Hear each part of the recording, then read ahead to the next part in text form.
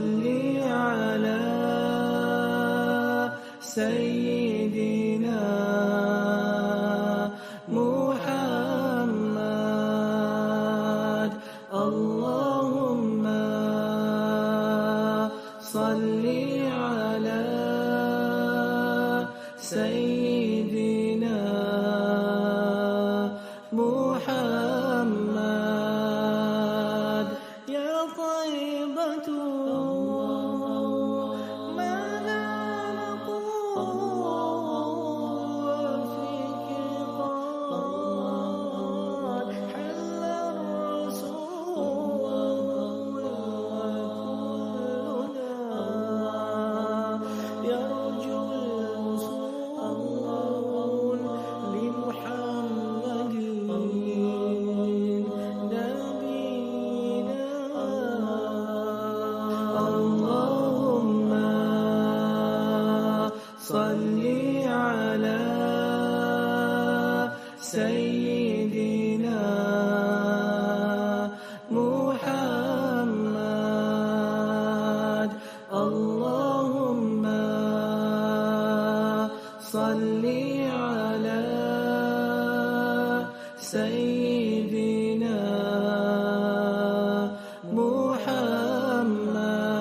محمد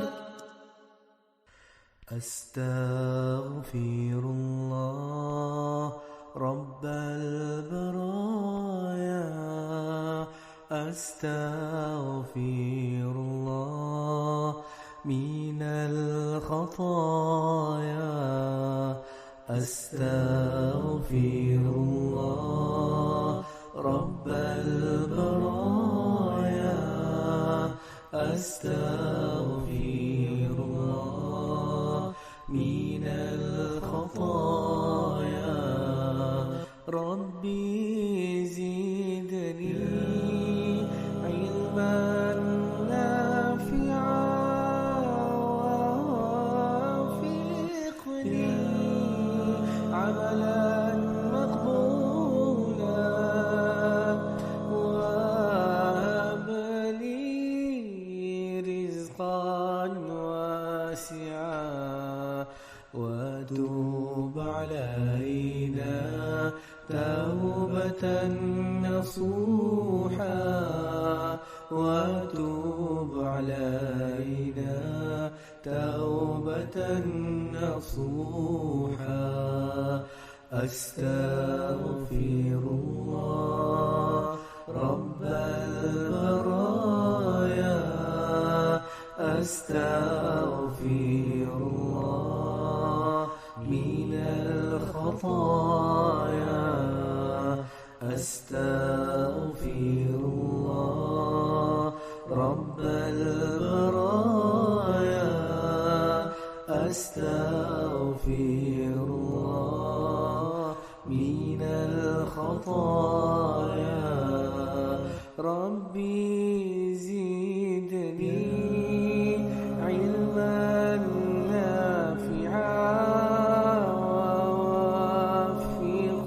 ووفقني عملا مقبولا وهب لي رزقا واسعا وتوب علينا توبة نصوحا وتوب علينا توبة نصوحا أستغفر الله رب البرايا أستغفر الله من الخطايا أستغفر الله رب البرايا أستغفر الله من الخطايا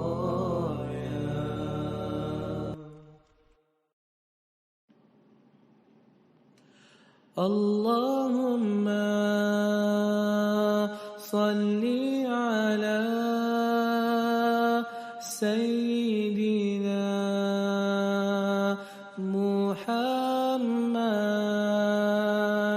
اللهم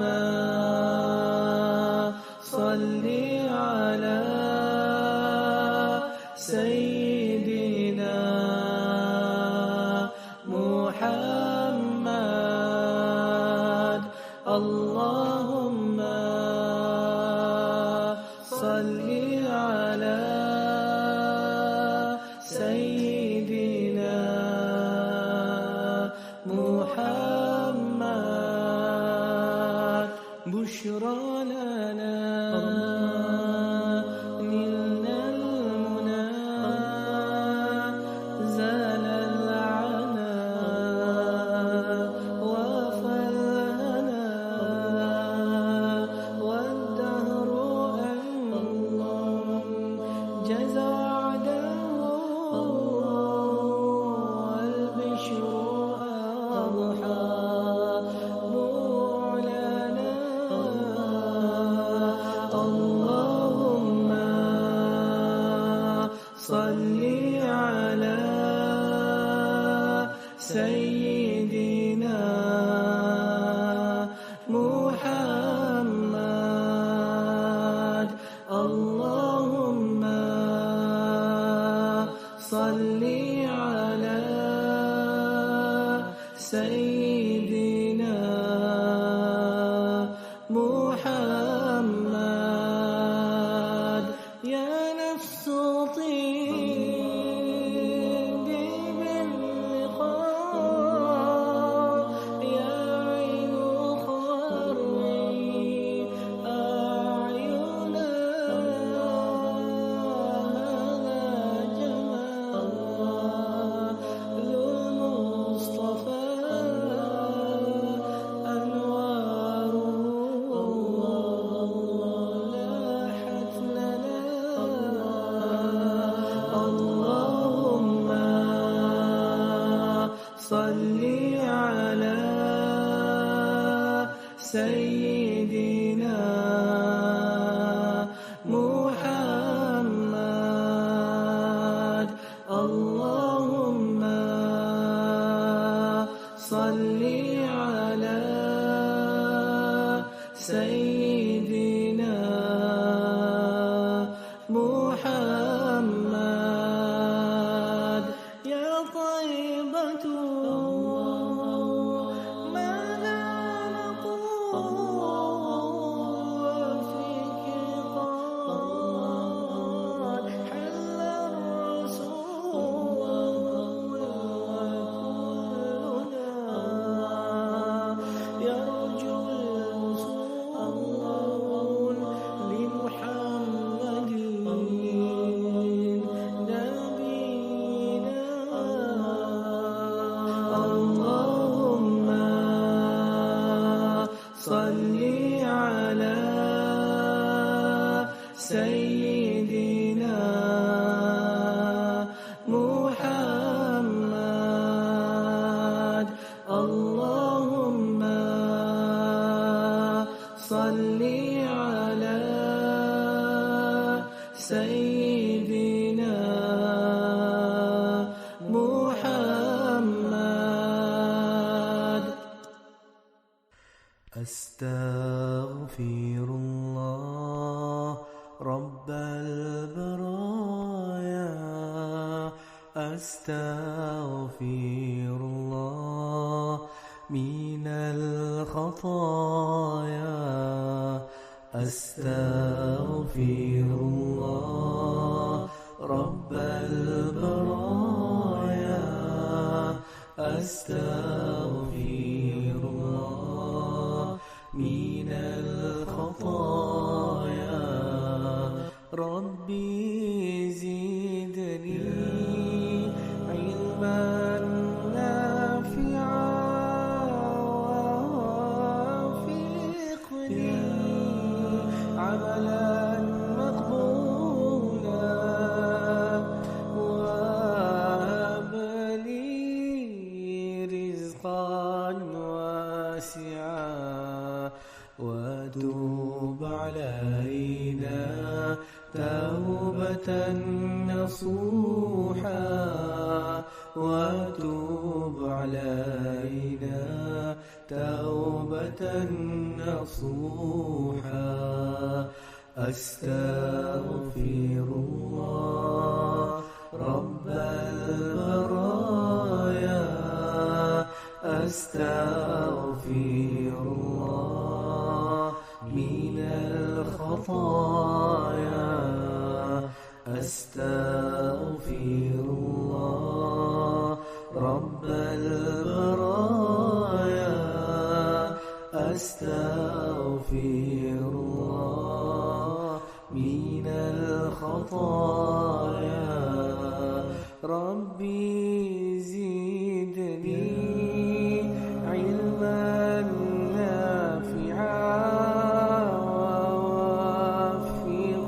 ووفقني عملا مقبولا وهب لي رزقا واسعا وتوب علينا توبة نصوحا وتوب علينا توبة نصوحا أستغفر الله رب البرايا أستغفر الله من الخطايا أستغفر الله رب البرايا أستغفر الله من الخطايا.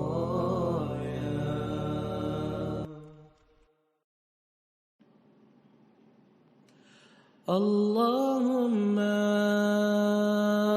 صل على سيدنا محمد اللهم صل على سيدنا محمد اللهم صل على سيدنا محمد بشرى لنا نلنا المنى زال العنا وفلنا والدهر أنجز وعده والبشر أضحى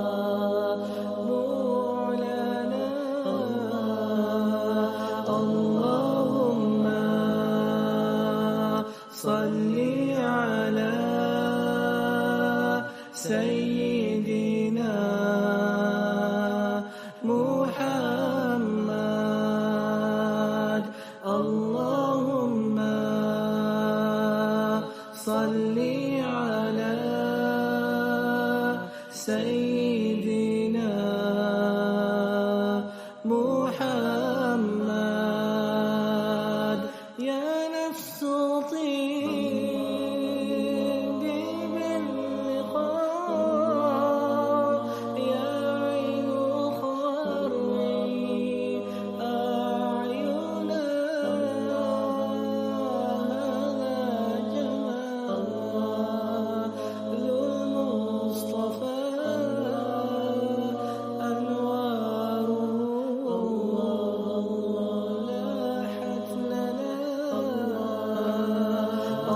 اللهم صل على سيدنا محمد اللهم صل على سيدنا محمد يا طيب محبة ماذا نقول فيك قد حل الرسول وكلنا يرجو الوصول لمحمد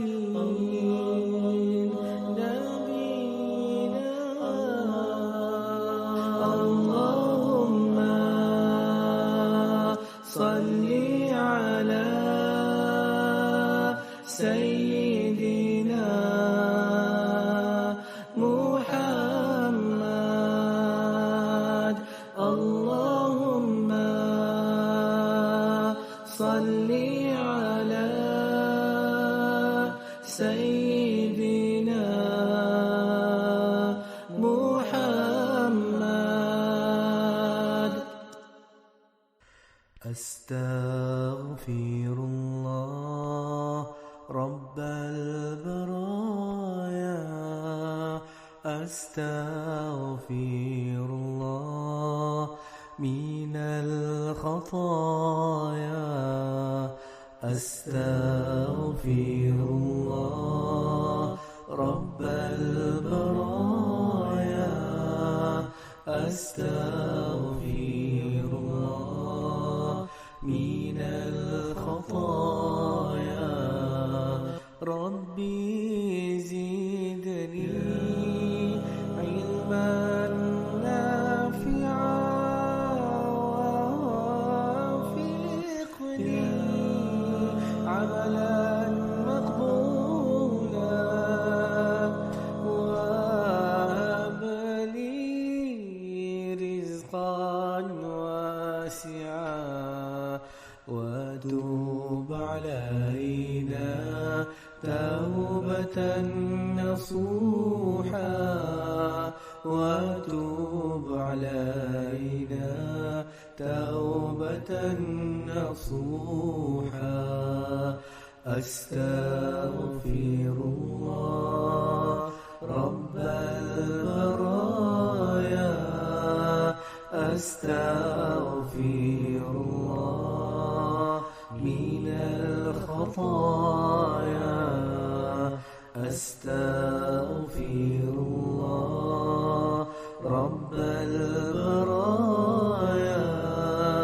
أستغفر الله من الخطايا ربي زدني علما نافعا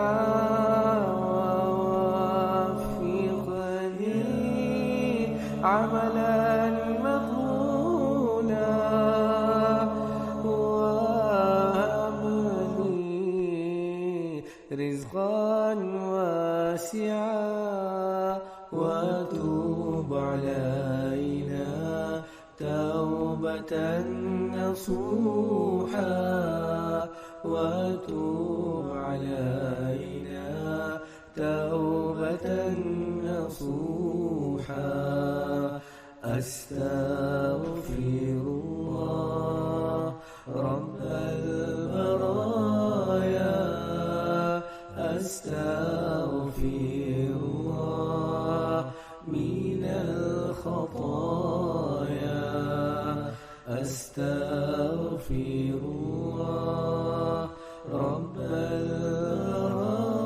البرايا أستغفر الله شرقت نفسي بنور من فؤادي حينما رددت يا رب العباد وانتشت روحي وصار الدمع يجري يا إلهي خذ بقلبي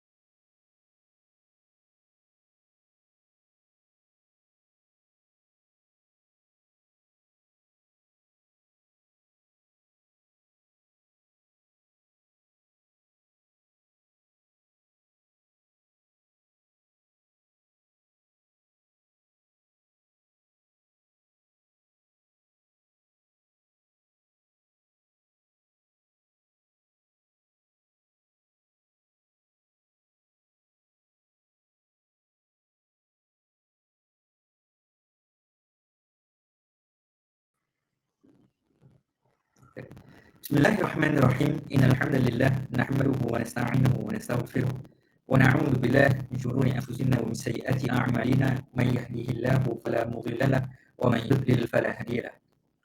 Wa asyhadu an la ilaha illallah wahdahu la syarika lahu wa asyhadu anna Muhammadan 'abduhu wa rasuluh. Subhanaka la ilma lana illa ma 'allamtana innaka antal 'alimul hakim. Rabbi shrah li sadri wa yassir li amri.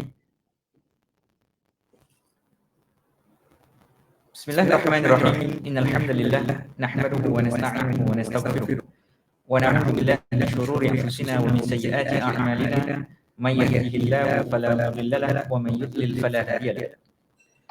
Wa asyhadu an la ilaha illallah wahdahu la syarika lahu wa asyhadu anna Muhammadan 'abduhu wa rasuluh. Subhanaka la ilma lana illa ma 'allamtana innaka antal 'alimul hakim.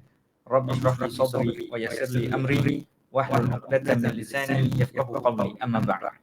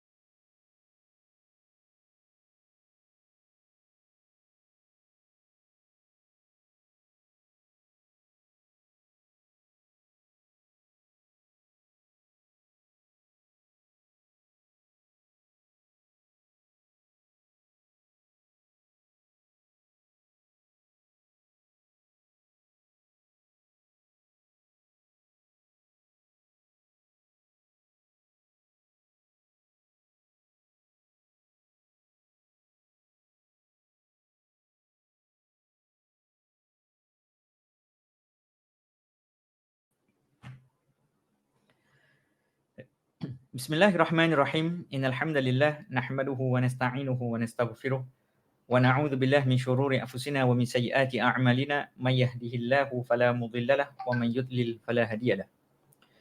Wa asyhadu an la ilaha illallah wahdahu la syarika lahu wa asyhadu anna Muhammadan 'abduhu wa rasuluh. Subhanaka la ilma lana illa ma 'allamtana innaka antal 'alimul hakim. Rabbi shrah li sadri wa yassir li amri wahlul 'uqdatam min lisani yafqahu qawli. Amma ba'd. Assalamualaikum warahmatullahi wabarakatuh.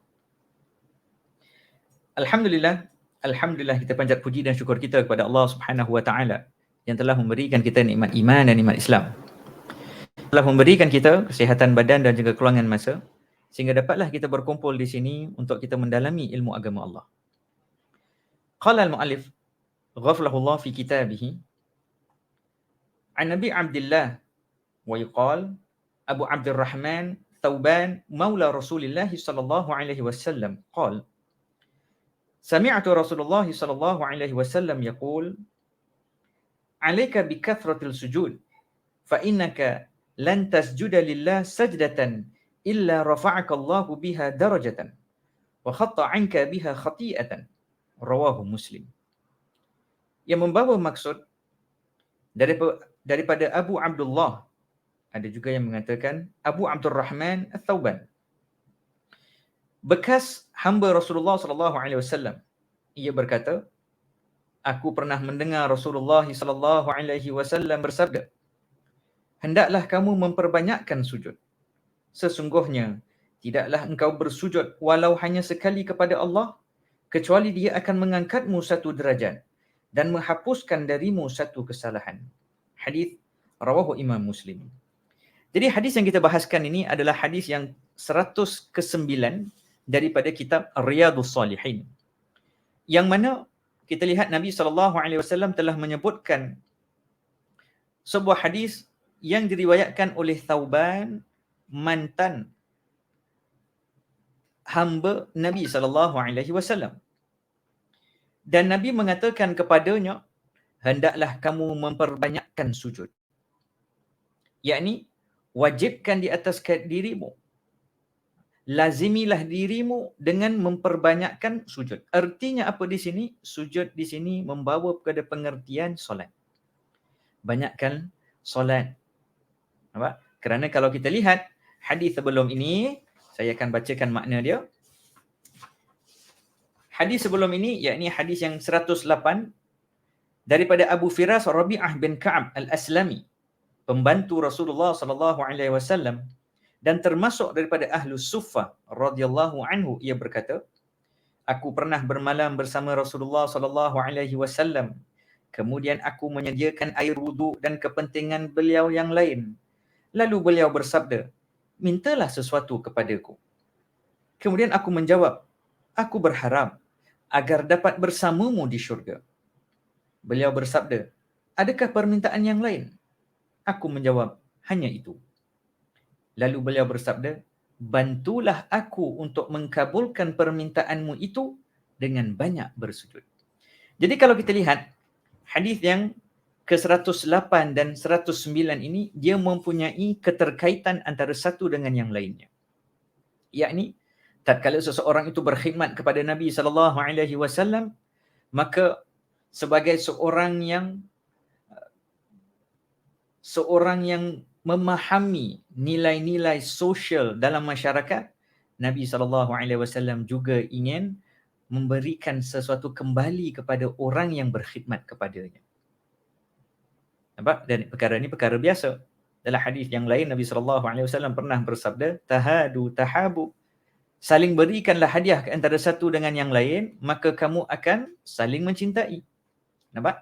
Jadi tatkala seseorang ini telah berkhidmat kepada Nabi SAW dengan ikhlas, lalu Nabi SAW pun bertanyakan kepada dia, ada tak permintaan yang boleh saya kabulkan, yang boleh saya tunaikan? Lalu dia hanya mengatakan, aku ingin bersamamu ya Rasulullah di syurga nanti. Rasul bertanya, ada tak permintaan yang lain? Mungkin yang ini berat, mungkin yang ini perlukan kepada perkara-perkara yang mungkin mesti dilaksanakan terlebih dahulu.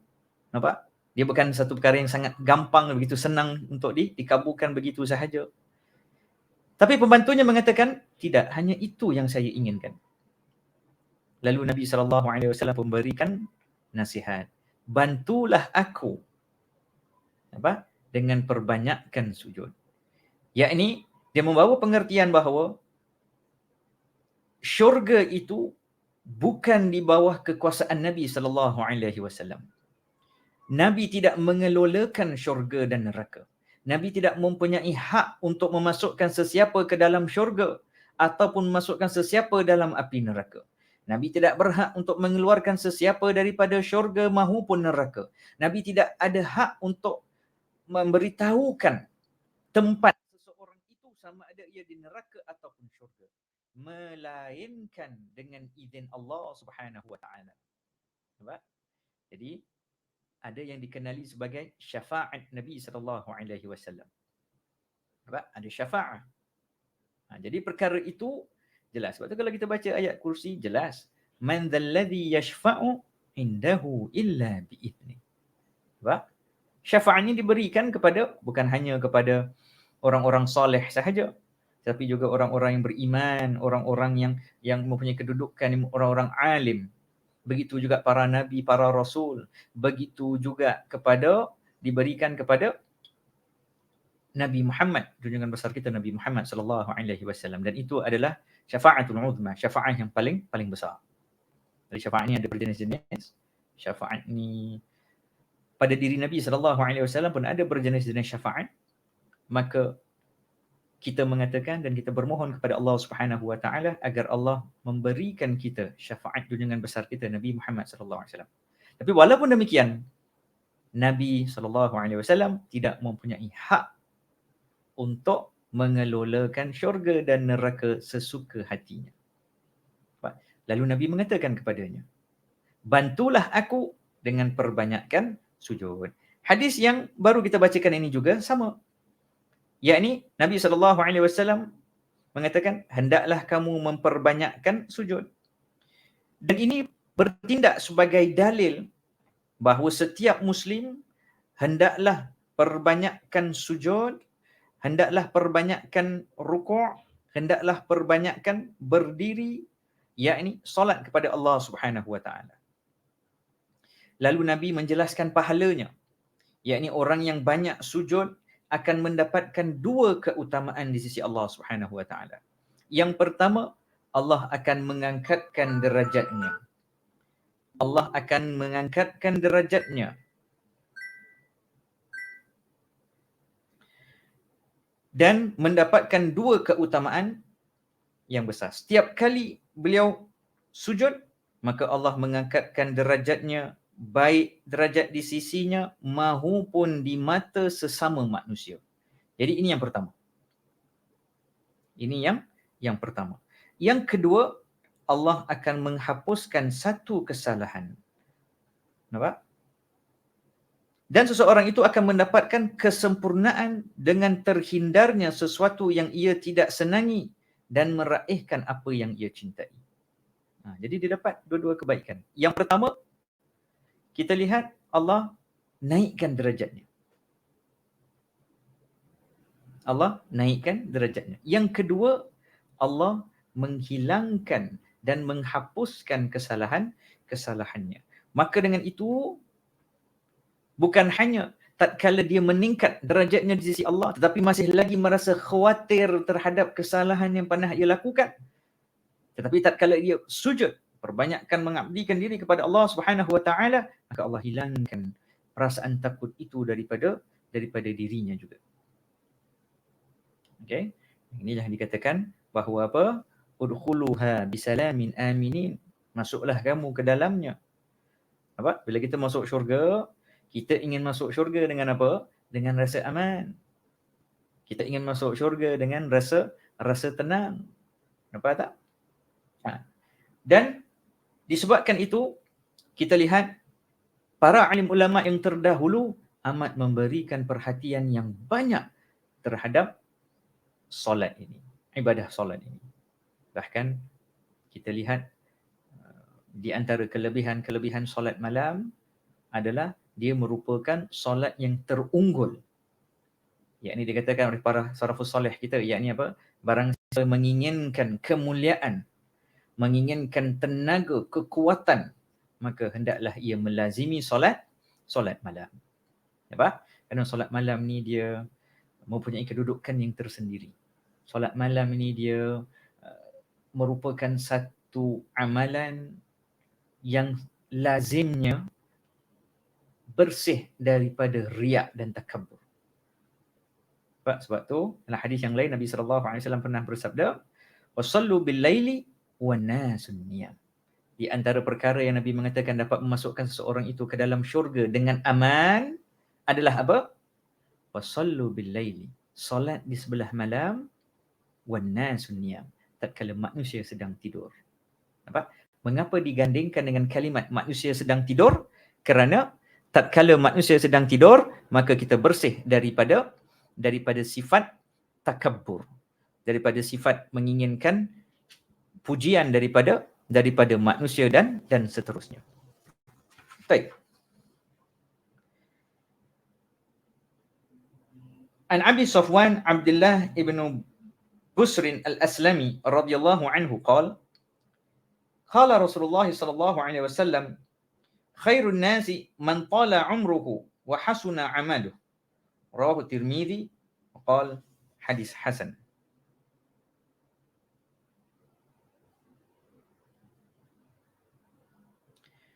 Daripada Abu Safwan Abdullah bin Busr al-Aslami,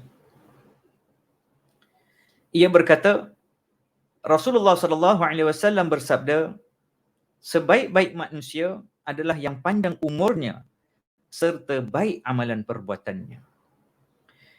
Jadi kita lihat di sini Nabi SAW memberitahukan kepada kita berkenaan dengan sebaik-baik manusia. Yakni manusia ini ada jenis-jenisnya. Ada yang baik dan ada pula yang perlu kepada kebaikan atau perlukan kepada pembaikan atau pembetulan diri. Jadi di sini dikatakan bahawa sebaik-baik manusia adalah mereka yang dikurniakan Allah Subhanahu wa taala umur yang panjang. Bukan itu sahaja, digandingkan dengan amalan yang baik.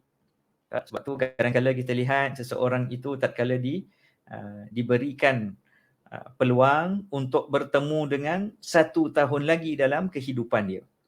Kadang-kadang dia mengatakan, Ustaz, ni hari ulang jadi saya. Hari ulang tahun saya, Ustaz. Maka doakan saya agar panjang umur. Kita kata boleh sahaja. Tetapi jangan lupa, dalam kita memohon kepada Allah Subhanahu wa taala agar dipanjangkan umur, hendaklah digandingkan dengan satu perkara yang lain. Yakni hendaklah kita diberikan umur yang panjang dalam ketaatan kepada Allah Subhanahu wa taala. Kerana umur yang panjang yang tidak diiringi dengan kebaikan itu merupakan kemudaratan bagi kita. Itu merupakan musibah bagi kita.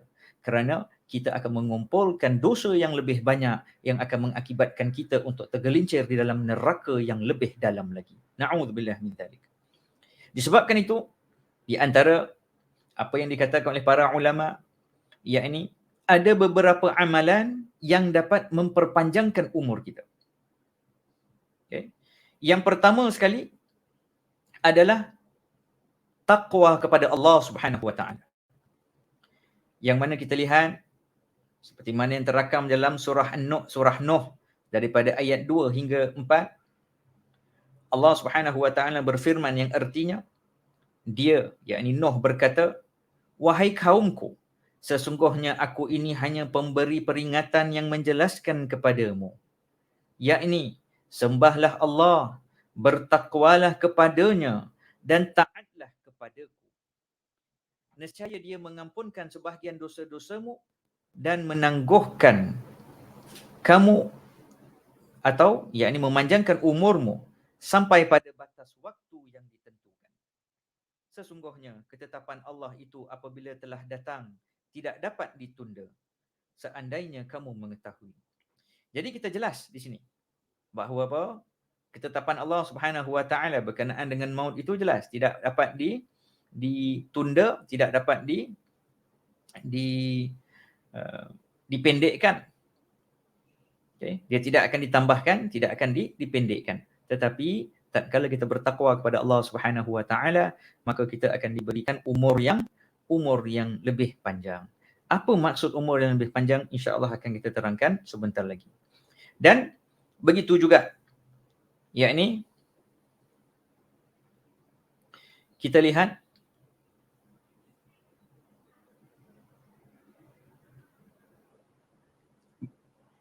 perkara yang kedua, yang mana seseorang itu boleh melaksanakan untuk mendapatkan umur yang panjang,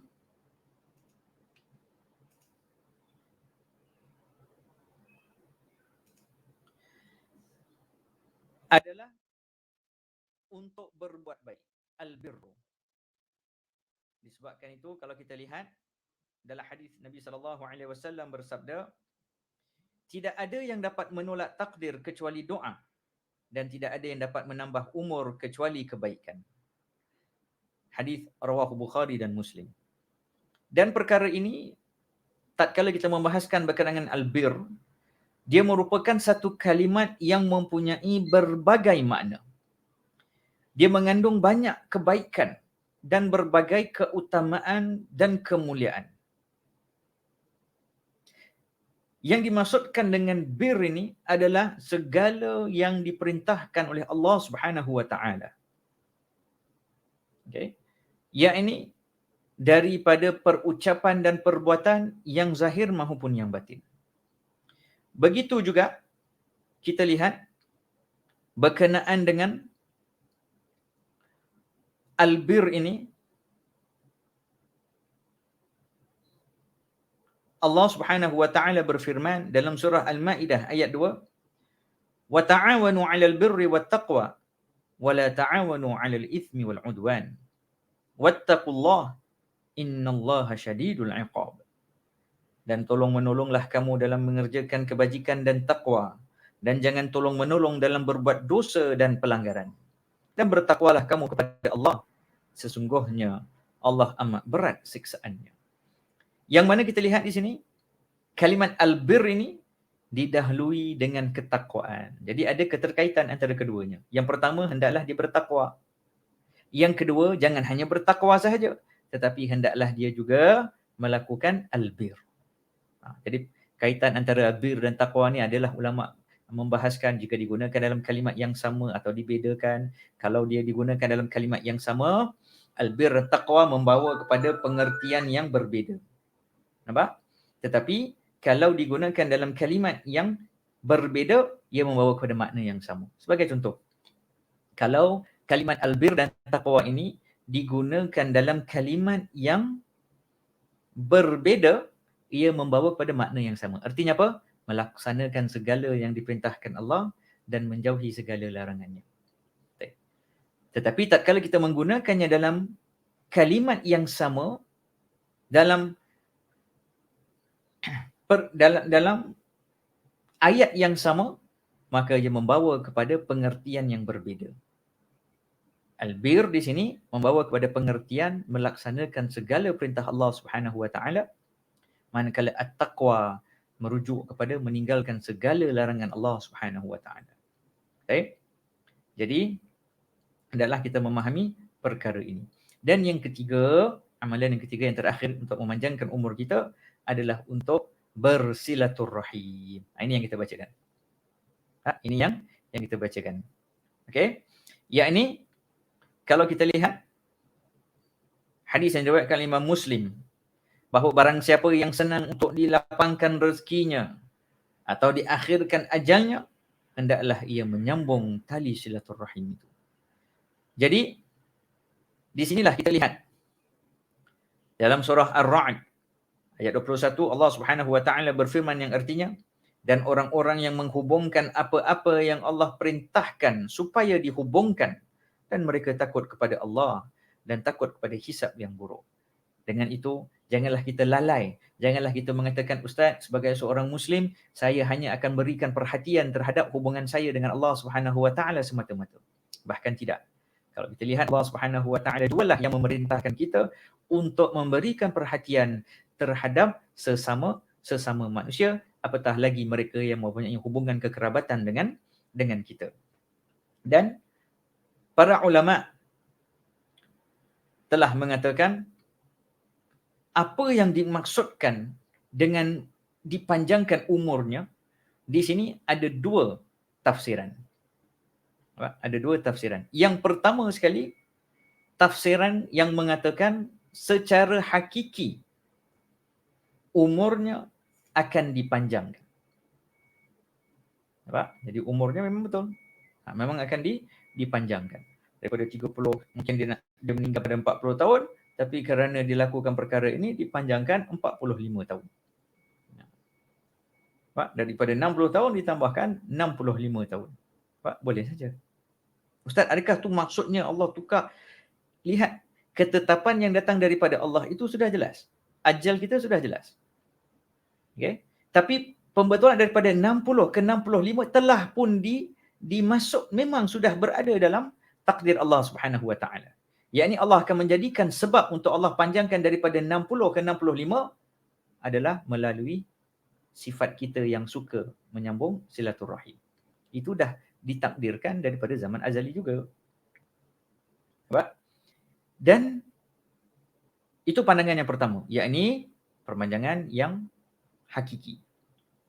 Yang kedua mengatakan, pandangan kedua adalah umur kita tidak akan dipanjangkan. Tetapi yang dimaksudkan dipanjangkan umur kita di sini adalah makna majazi. Yakni apa? Seolah-olah kita ni hidup lama. Apa? Kita ni hidup 60 tahun sajalah. Tetapi seolah-olah kita ni hidup 65 tahun.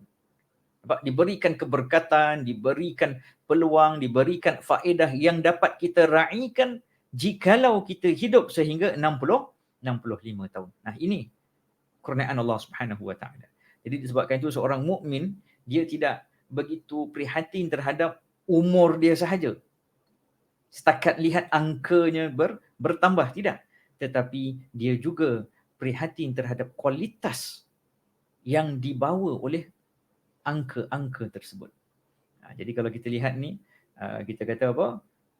Quantity versus quality. Mana yang penting? Nampak? Jadi adakah hanya jumlah saja yang penting ataupun kualitas itu juga diambil kira? Maka di sini lebih baik bagi kita sebagai seorang Muslim untuk mendapatkan kedua-duanya. Yakni apa? Untuk kita mendapatkan kuantitas dan juga kualitas yang bermutu tinggi. Semoga apa yang kita bahaskan pada malam hari ini memberi kita manfaat. Semoga Allah Subhanahu wa taala merahmati kita, mengampunkan dosa-dosa kita. Semoga Allah Subhanahu wa taala menjadikan kita di kalangan hamba-hambanya yang mendengar nasihat yang baik dan beramal dengannya. Aqulu qawli hadza wa astaghfirullahal azim li wa lakum wa lisairil muslimin wal muslimat wal mu'minin al-ahya'i minhum wal amwat. Subhanakallahumma wa bihamdika asyhadu an la ilaha illa anta astaghfiruka wa atubu ilaik. Bismillahirrahmanirrahim. Al-'asr innal insana lafi khusr illa alladhina amanu wa 'amilus shalihat wa tawassaw bil haqq wa tawassaw bis sabr. Wabillahi taufiq wal hidayah wa birridha wal inayah. Assalamualaikum warahmatullahi wabarakatuh.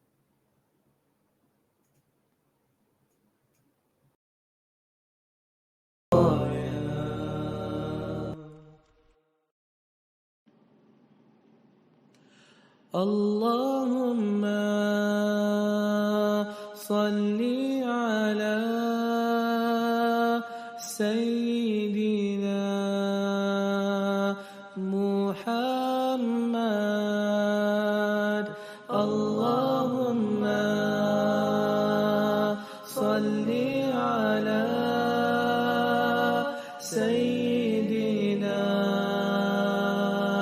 Muhammad. Allahumma salli ala